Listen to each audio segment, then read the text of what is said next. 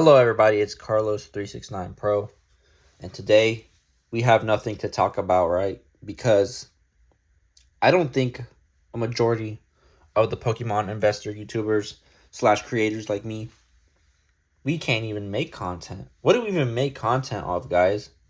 Tell me, like, what is even actual content in Pokemon when, you know, we can talk about prices, we can talk about cards, we can talk about the history.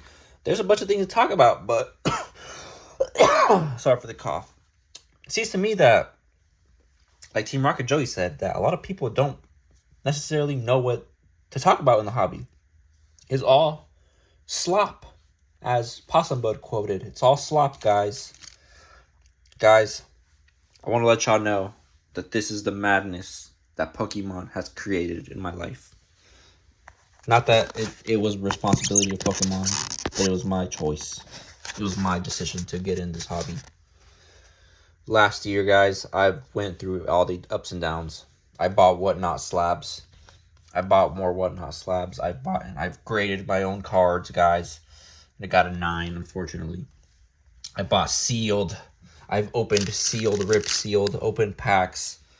Have a binder, have a collection. I have even more bunches of stuff. I've tried selling. I've done it all, guys. So, what does that conclude with us? That, at the end of the day, Pokemon, this prismatic evolution was crazy. It started it all. That this Pokemon is just Pokemon at the end of the day. It's a collection. It should just be something that you enjoy doing, because chasing the money for all this, you could do it. You could scale it. You could do a business model, and for the people that do it, there's no hate in that sense, because you're utilizing what you are doing into creating value for yourself and for others, providing for yourself, making a living, providing content, providing good content, quality content. Not like me, because I'm just a YouTuber, bro. I don't even have a tripod, but you're providing quality content, guys, and so that's the reward, guys. So what are we even going to talk about? What is the even purpose of this? Is that everybody's on their own journey. No one is gonna. We can't be like Alpha Investments, having warehouses full of Pokemon sealed boxes. We might not get to the level of PokeRev or all these other individuals, but we can all enjoy the hobby in the way we want to enjoy it. And that brings me to my next question. My next statement is, the Ascended Heroes today. Ascended Heroes is dropping. By the time you watch this video, it's already dropped and, purchased by a lot of people, bots, whatever. But hopefully we get some Pokemon packs for the release date, because I want to open something on release date for you guys. I'm not sure if I'm going to get anything from that Walmart drop, but, stay tuned. I might make a post if I do. If I don't, well, we're going to have to wait till the 30th or the 20th of February to get our Elite Trainer boxes. But, who knows? So that's something cool. And yeah, guys, I really enjoy everything that is in this hobby. I've been here for a year now, so I've seen a lot of stuff. I've bought in collections. I've sold stuff. I've just flipped ATBs and stuff. Like, oh my gosh, I've done everything. But what did that lead me? I think that if you conservatively, manage your Pokemon products you buy and sell strictly for investing and business purposes, you can make money. Honestly, I think that you can make money. There's no doubt about it. You can make money, but you have to stick to the business mindset, or reach a point where you make enough money in your business, selling Pokemon, trading, flipping, bending, whatever, grading, to enjoy the hobby and the other aspects. So all this is the accumulation of buying, selling, all that stuff, flipping, and stuff like that. And so most people will see this and say, bro, you have little bit of stuff. But in my opinion, I think it was okay. And for the amount that I spent, I think it's actually all in all good. I mean, I still have to do taxes this year on all this stuff because I did sell on TCG Player, eBay, in person. So I will have to file taxes, but I don't know how this is gonna go, guys. I might have to pay taxes on everything, or I will be able to deduct all the expenses that I've made by purchasing packs, you know, all that stuff, and maybe, not pay taxes on any of this because my numbers looking so far is that last year I did not make money. I technically lost money. And I think that was due to part of, my some of the ups and downs and when purchasing collections, uh, you know, grading plays. This was a grading play that I wanted to do, but it didn't go out that way. Uh, Buying on Whatnot, some of the stuff was I gambled on Whatnot a little bit, but I stopped after that. Opening packs, I've opened a lot of packs, as you can see in my YouTube videos. These were all sealed packs. These were all sealed packs, guys. I've opened a lot of packs. I've opened 150, 110. I've opened so much stuff. I've opened booster boxes, booster bundles, prismatic. I've opened everything. So, you know, that's definitely another contributing factor. Is opening Pokemon packs. If you open Pokemon packs, again, you're basically like, it's a negative in the long run because most of the time you're not going to get a hit or the top chase. And, when you buy your packs and open them, it's going to be a net negative. But at the end of the day, you should enjoy it. It's not about the money. If you focus purely on the money, then just make it into a business. Don't open any packs, sell it all. Focus on the money and grow. But if you want to enjoy the hobby, if you want to have cards, you want to, enjoy them, keep them, that's what you should do is just I would say buy singles, but you can also open packs whenever now and then because it's fun, right? Opening a whole pack of prismatic evolutions, had more packs. Opening a whole pack of prismatic is so fun, right, guys? Like, I mean, I guess that's fun. Opening prismatic is fun. I don't know. Maybe it's not fun. I mean, I got these at $40 from GameStop, so I mean, I didn't overpay too much, but I mean, again, it's something that it's all a personal preference, and you should do it responsibly, right? If you're buying Pokemon products, you should responsibly handle your finances to the point where you are able and comfortable opening Pokemon packs or holding it for the long term, right, guys? Because investing is the same thing, guys. A lot of people haven't invested or maybe have not been too familiar with investing, or investing is something that they are trying now with Pokemon. And the thing is that it's a little bit different than investing in your stocks, your gold, your coin, your metals, crypto. It's a little bit different because there's a lot of factors when you have to sell, when you buy, the appreciation, timing, and all that. But at the end of the day, like what is coming to mind, what the thing difference is the reprints. When Pokemon prints things because they're a company, they print this so that other people can enjoy it as well and open the packs and they make money. What happens is that the price goes down, put further, mostly in singles, but in sealed as well. And so we're getting all these multiple what's it called, like sign, like, notifications of Target are reprinting 151 ETBs, UPCs, all that stuff. I don't know if it's confirmed. I can't guarantee you. I'm not sure. I don't know. We'll have to wait and see. But if they do, the prices go down. And if you are an investor, I mean, if you're an investor, that's your opportunity to buy more. But if you are someone who is over leveraged in this hobby where you need money instantaneously to pay bills, medical emergencies, expenses, whatever, then this is something that might not be the best thing to put your money into. It is probably better to hold it in cash, high yield savings account, maybe the stock market and the index fund, just to accumulate a bit of growth, or just preserve it, because this is not going to have instant liquidity, as a lot of people think. But that's not the purpose of it. The thing is that, if you're not in the situation where you can hold this stuff, then you can't be in this. If you want to, you could. For example, these slabs, These aren't really too expensive, but I'm holding them because I like it. I like the art. I love this art. I love Bramlin. I like this Paldea art. This is from Paldea, but it's in Clay Burst. I like this Graveyard because I pulled it in English, and it was awesome.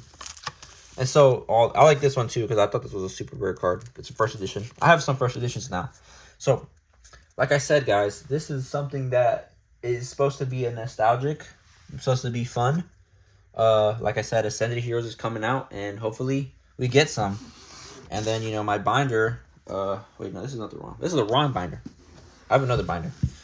And it's fun too. Like, but like I've said, like when you you know, make smart moves, smart plays, flipping, buying, selling the right way, you can grow your collection and accumulate money for yourself if you so choose to desire to do so. That is up to you. I don't know the consequences of that. Hopefully there is no consequence, but then again, I don't know. Like I said, if you open these packs, right? If I sold these packs on the open market, I would have gotten some money, more money than I would have purchased these for, which would allow me to buy a collection for a certain percentage, maybe 70%.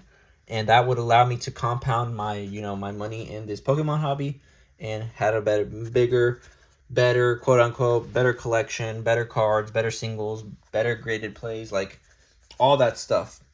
But that's not the point of that. Like I said, look at how much all that opened. And like I said, I was down last year. I'm basically $1,000 in the hole, or what I spent on this entire Pokemon hobby, which I think it's worth it. I think honestly that's a fair thing. I think honestly with what I have, that's actually a good thing. Like I think because I have grails in here. If you see my videos, I have the gold Charizard. I have a couple of GXs. I have a couple of this binder supposedly is worth maybe $800-$600 at a percentage. These boxes and these slabs are probably worth a little bit, like $500 I maybe ish I could get after percentage. So I'm technically not down, but like I said, that's not really something important that I'm thinking about right now at the moment. Maybe I get a super insane pull with Ascended Heroes. Whatever. If I get the the Gold Dragonite, or if I do get the Gold Dragonite, sorry for the spoiler. It's in Mega Dream, I think. But if I get that card and it's worth $2,000 on eBay, I'm probably gonna sell it on eBay to get that kind of money, and then I could buy it later when it goes down. But that's the thing. So you have to know these things. But look at this binder. This is my common binder. This is my like other binder that I have. Some cool stickers. So these cards are my like. I still have these cards, but look at these cards. These are the cards that I've acquired that are older vintage cards, like real vintage, like not real vintage, but you know what I'm saying, like the WotC era and all that. This is a Shadowless base set. This is basically first edition. First edition Team Rocket, Abra, first edition Pharaoh, Jungle, first edition Paras, first edition Jungle, Blaine's Growlithe, first edition Gym Challenge, Gym Heroes, I don't know. And then I also have some other cards here, Naruto card. I have a Jungle Vaporeon regular, Holo Vaporeon, Tramato, more jungle, fossil. Like, these are all the older cards. I like these cards because, like, they're older, bro. These are, like, the OG cards, you know? This is my collection. Yeah, no, I'm not really too... I like putting cards in here. Have some Naruto cards. I'm collecting the energies. This is Prismatic, I believe. More Prismatic Pokeballs. The Phantasmal Master Set, which I do have. Everything is in there. I got all the reverses. I purchased some of the singles. I purchased a majority of the singles of the IRs and above. Everything above an illustration rare. I mean, I did purchase some EXs, but these were supposed to be all the illustration rares that I mostly purchased, but I still am missing some. I just keeping them in there just because they're not these. This is my Dragon Ball Z binder. A lot of Dragon Ball cards. I have some Naruto. These are the older, like, vintage, like 2007. That's crazy. These cards are crazy. I also have some, you know, really old, really minty, really clean, like Gym Heroes, I think, or Gym something. Like, look at that. There's no, like, whitening on it. It's really nice condition. These are really kept. I got these in a collection. No whitening. Really nice cards. Near mint, basically minty, you know, commons. But at the end of the day, they're commons, but they're still pretty cool in my opinion. Like, having an older card, like, these were the first cards. I have some more over here. I have another one. I have a trainer. I have, but yeah, this is just me ranting and showing off my collection to you guys. I also have the Neo Premium File cards. I sold the Totodile and the Cyndaquil for money. You know, I'm like, you know, money sign bro. These are older cards too. Older cards. So that's the binder, man. I've been in this hobby since Prismatic, guys. Since Prismatic. I'm a Prismatic brother, you know? So that's basically the video, guys. Let me know if you obtained Ascended Heroes tonight, or if you obtained any Ascended Hero products throughout this space. Look at that Erica from look at this. Erica Execute Erica card. Like I said, these are some of these cards I'm not even like I'm overlooking, bro. I'm just overlooking because, you know, not even paying attention. Look at that art. Really nice art. And I'm just like, I'm not even caring about these because they're common, guys. But they're not worth money. They're not worth thousands of dollars. I can't flip them on the open market. I can't flip this card for hundreds of dollars. This is worthless.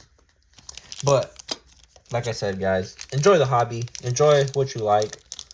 Doesn't matter. Someone will appreciate it, or you will appreciate it. And yeah, that's my take.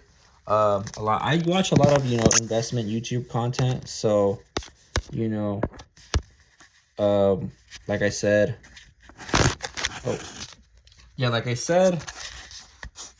yeah, I watch a lot of YouTube content of investing and stuff. And it just gets sometimes tiring. It sometimes just gets, you know, drains you. Sometimes it's just too much, I believe, in my opinion.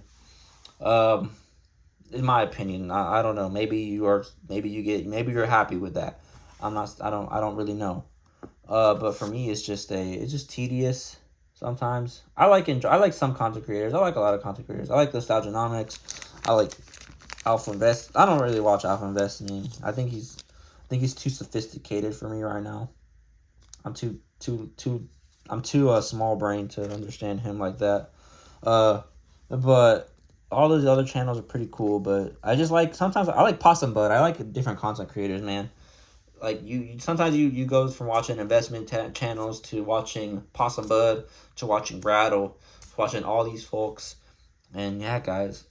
So that's gonna conclude my video today, guys. What have you been doing in this Pokemon hobby? Let me know. Let me know in the comments down below. You like this video? Hit that like button. Subscribe if you're not subscribed already. And I'll catch you in the next one. Peace out.